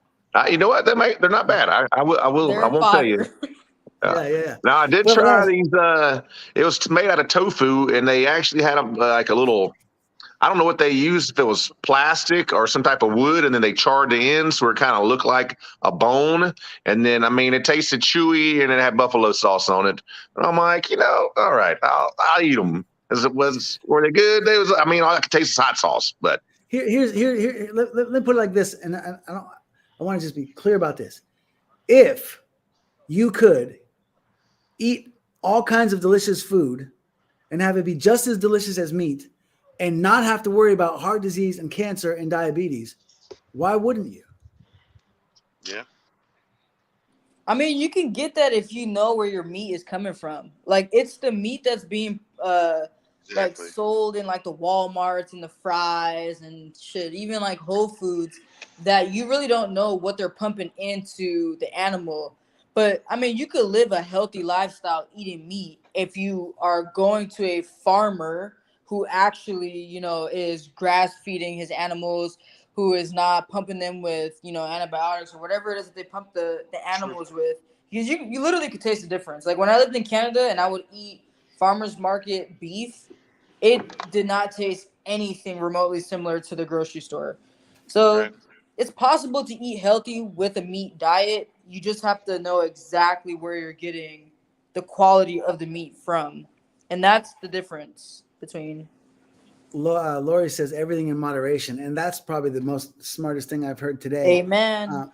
That's the Amen. truth. One bottle of wine Here's a day. here's the keeps the thing. doctor away. What the science is about human beings eating meat is what the science would be if we fed lions grass.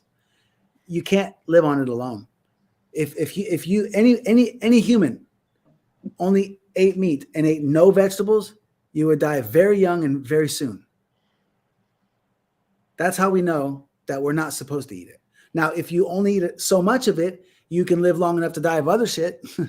But it's all, I'm telling you that our bodies are not designed to use it. So if you put the wrong fuel in your car, the car breaks down sooner. And it's not about the breaking down. I'm not worried about, everybody has to die someday. I'm telling you, the reason that I even got on this kick is because I was trying to find people that were elderly, because the job I had told me to get the senior population was supposedly wealthier because they had more time to accumulate wealth. Well, when I'm started paying for all these leads for people that are in that age bracket, and finding out for every one that I found that was wealthy, 9 of them had been wealthy in their life, but got sick and got unhealthy. So I started doing my own research to find out why are Americans so sick when they're 60s, because they're broke now, because they're sick. And so I started doing my own research, and I'm the guy that would go to the Chinese buffet and get the beef, all the beef and broccoli, or the beef out of all the beef and broccoli. I'd go back to the table, literally consume 4,000 calories worth of meat and have no broccoli, have no cabbage, have no nothing but chicken and pork and meat, and love it. So I love meat as much as anybody. I learned this stuff. It wasn't easy for me to accept it as truth. But what I learned is it's not the right fuel. So the problem isn't that it isn't that it kills you. It's that you suffer for a long time and then die. That's what I'm afraid of. I watched my aunts and uncles and my grandmother and my mom all die from things that could have been avoided if they had been eating right. That's all I'm saying. Hey, sweet, are you looking on these comments? Who is 69 Triple X Life? Find love on the best dating site. I'm fucking weak. Someone's name is that? Triple X 60. You are what you eat, right? 100. No, so when I was doing my podcast research, I found out that Boog fell out. I found out that this is actually a compliment. When you see these things pop up, that means that your stream is getting I'm on the podcast. Is hitting the algorithm right. Yeah. Yeah. Oh, hey, Paloma. Tasha said hello. Hey, how's it going? Can y'all see the comments from your angle where you're at? I was just looking at them. They look funny as hell, though. I'm not even Sweet, gonna lie. I gotta fall out. Hey guys, it's been wonderful. Hey, Keats, I appreciate you coming in. Dates. All Nice right. to meet you, For Boogie. sure. Listen, love. before you bounce, I just want to say that I envision this is just I've only been doing this for a couple months. I envision in time that this after party is gonna be where it's at. So thanks for All coming, right. Keats. I appreciate you. Love you, brother. I love you, bro. Right on, man. Peace, guys. Later. Yeah, straight up. The beginning stuff that we're gonna do every day, that's all necessary for for the nonprofit and for the the project in a whole. But what's happening now, this after party where it's me kicking it with my people and just like listening to them kick knowledge to each other, this is really what it's about to me. You know what I mean?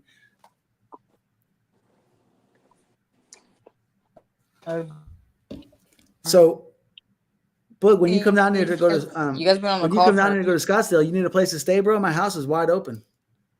No, we got a house rented over in Tempe. Oh yeah, I got you.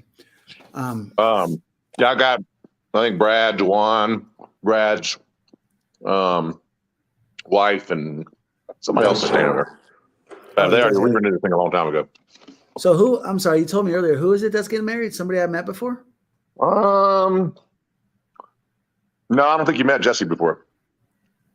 I've been over to hung out with him before. Whenever I'm coming down and hung out with you. Oh, but I didn't go and hang out. I didn't meet him. Okay. Yeah. Yeah. Put him on. I'd love to meet him. Could use more friends in this town, man. I got very few.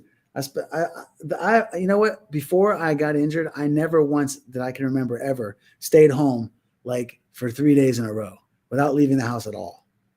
Yeah. And when I don't have doctor's appointments, I can go from, I have therapy twice a week. I can go from one therapy appointment, go all the way through the weekend, and then go to the next therapy appointment without leaving the house. Sad. But it helps because I need all that time because I'm still not ahead in my school. I'm still lagging behind, man. I got real sick, man. I missed like 9 days of life back in September, and it set me back big time on school and on all of this stuff. Yeah, that little bug's going around again. Everybody's getting sick from something. The plant. Yeah, actually, D-Rex was sick all week, and last week she toughed it out and came on, and she said that she was so weak last week when she came on, and when she got done, she was so far expended that she was like out of it for like 4 days, and she finally was able to get a little bit of energy going in. But I asked, and it turns out that it was COVID. Her son tested positive for COVID. Yeah, I mean, I think those tests now are just like if you got those ones from home, it's going to tell you you got some type of influenza or COVID or what. It's all the same. I know, man. Because like my buddy went to the coworker, they were coming back from Hawaii for work, and he started feeling weird on the airplane.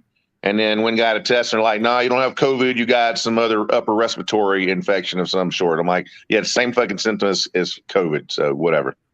Yeah, what's the difference? Yeah, it don't matter. It's the same. Who cares? It's everybody's gonna have it. Like, and if you ain't had it, you're gonna get it. Hey, Paloma, when Boogie comes to town, I'll be out of town, but you might want to try to get him on over to what is it called? Patrick's?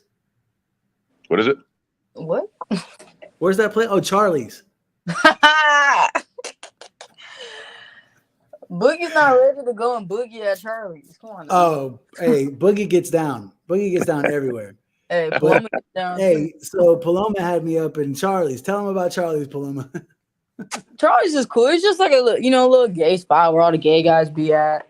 Yeah. And, you can just dance how you want to dance. I just like it because they got food, and like I just like to dance. You know what I mean? But I dance everywhere I go. But Well, yeah, Charlie's is the wave. I mean, if you're down, you want to go, I'm down.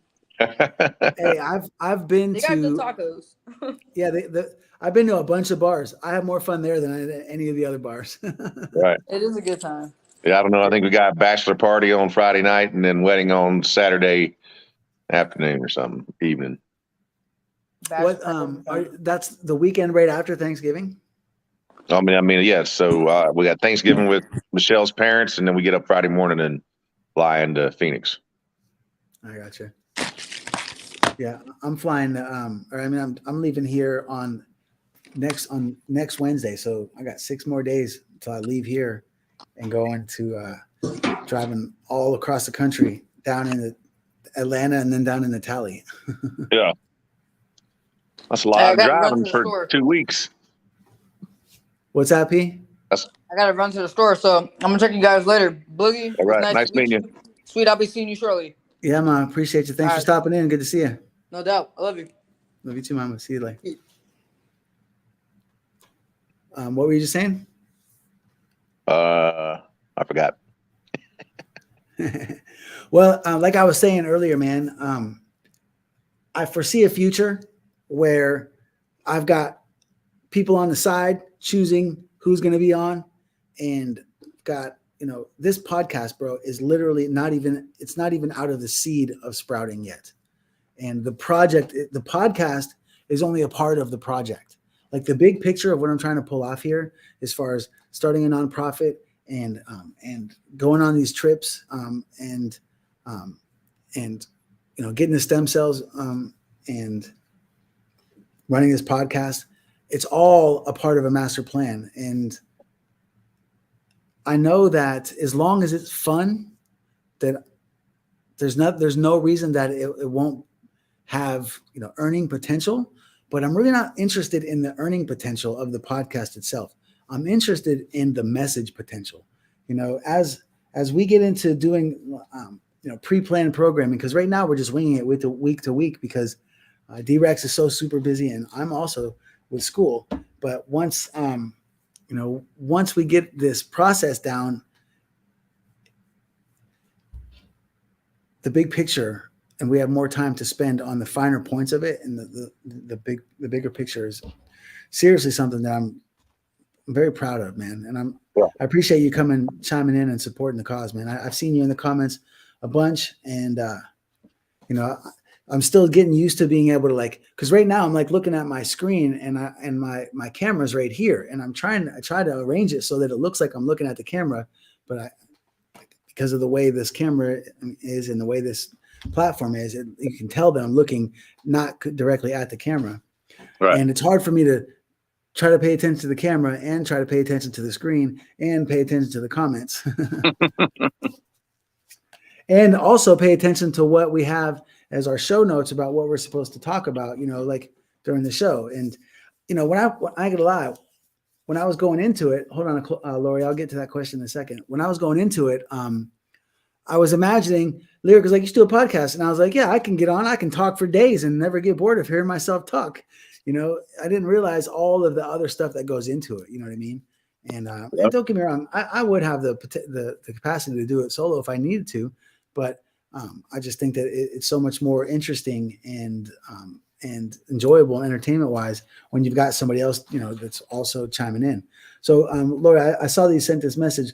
Will stem cells help your muscle fatigue? And my son has cerebral palsy and has low muscle tone, but also tight tone. Wondering if that would help him walk. I'm ready to be educated on this. Lori, I have to be very careful about giving specific advice about specific ailments. But what I can tell you is that you definitely should do the research and get educated.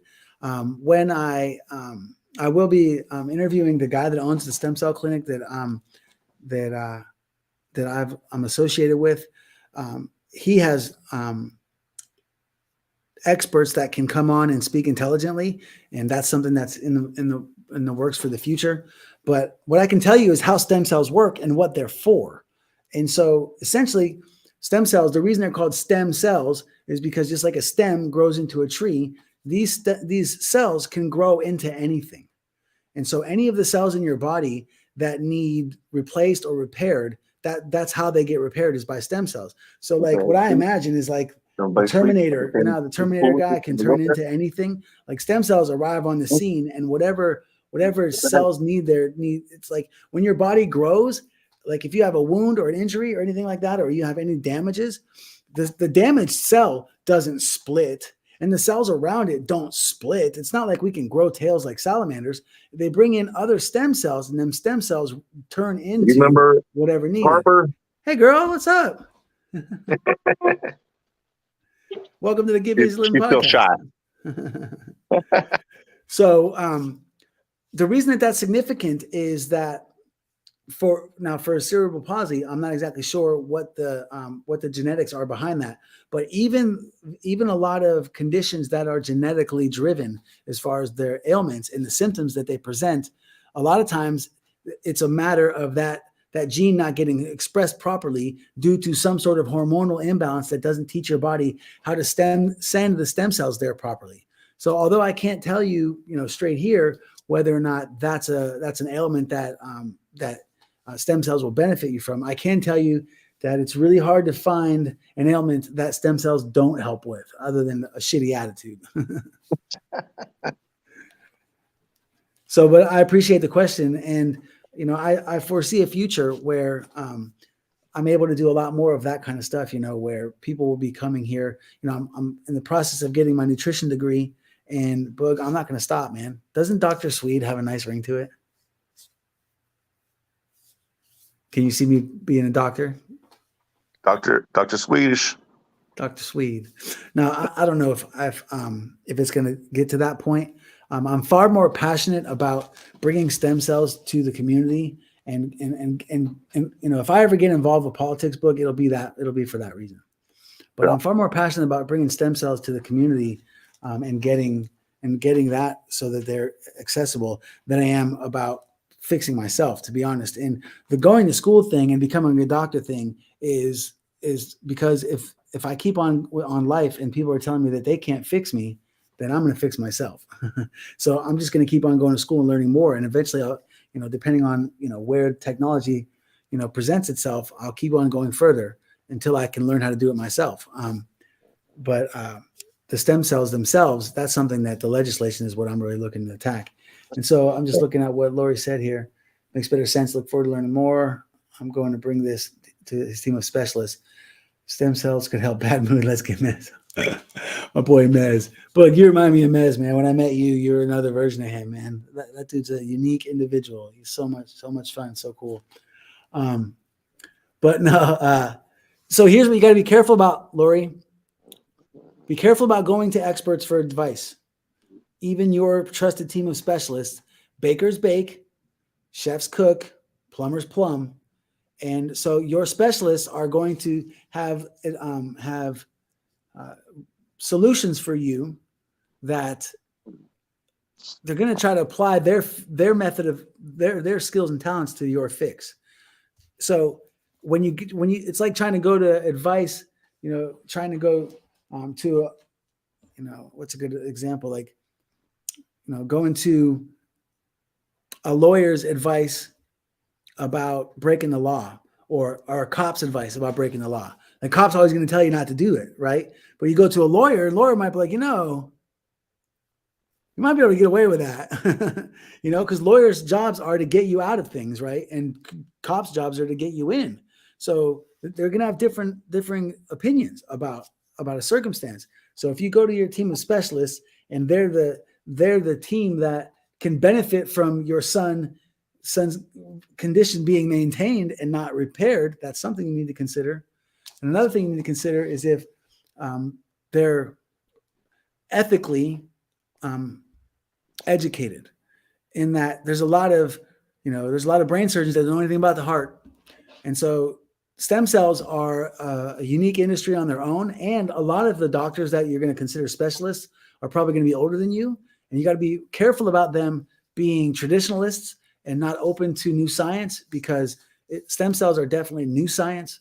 And there's a lot of traditionalists out there that don't believe in them for a lot of reasons. The biggest thing about stem cells is when they first hit the mainstream, it was all about the fact that they were harvestable from fetuses of babies. And so that became a huge religious issue.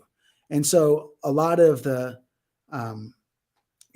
legislation against it is still tagging along that ethical balance and saying that, that they're not ethical. But the truth is that you can get stem cells from a lot of different places. And the number one thing is that every time a child is born, there is enough stem cells in just one placenta to do so much good in the community. So that if we can get it to the point where every time a child is born, that placenta is, reviewed. And you know what? It's not a matter of if, it's just a matter of when. They're going to review the health of the stem cell and look for any kind of genetic flaws and any kind of ailments, depending on who the donor was. And if it passes the test, they can harvest stem cells from every single child that's born and have like that particular child could have his own stem cells in the fridge for the rest of his life. So anytime he comes, any type of an ailment, anytime an ailment comes up, he can have his own fix right there in his fridge. Looks like you're about to say something, bud. What's up? Oh no, I was someone was at my door. And so I was just looking at Lori. They keep trying baclofen. Yeah. If I had a nickel for every time a doctor tried to give me baclofen. All right, dude. I gotta I appreciate that, Lori. Check this out, Doug. Yeah. This is why I'm doing this, man. Thank you, Lori, for identifying this aspect. I really am doing this for all the right reasons, and I appreciate you chiming in. So, Boog, as you exit, Lori, I'm going to say goodbye to you and Boogie together. I appreciate you, Boog. I love you. Lori, thank you so much for coming in, and please come back next week, Boog. I appreciate you, man. I'll be seeing you sooner than you know. Trust me. Later, dog. Bye-bye, Lori. Appreciate you. And for those of you that are still tuning in, I feel like I got some text messages coming from people that might be watching. Just want to say thank you. I love you. You know who you are. And Lori, thanks again. And you guys, till next week, get busy living.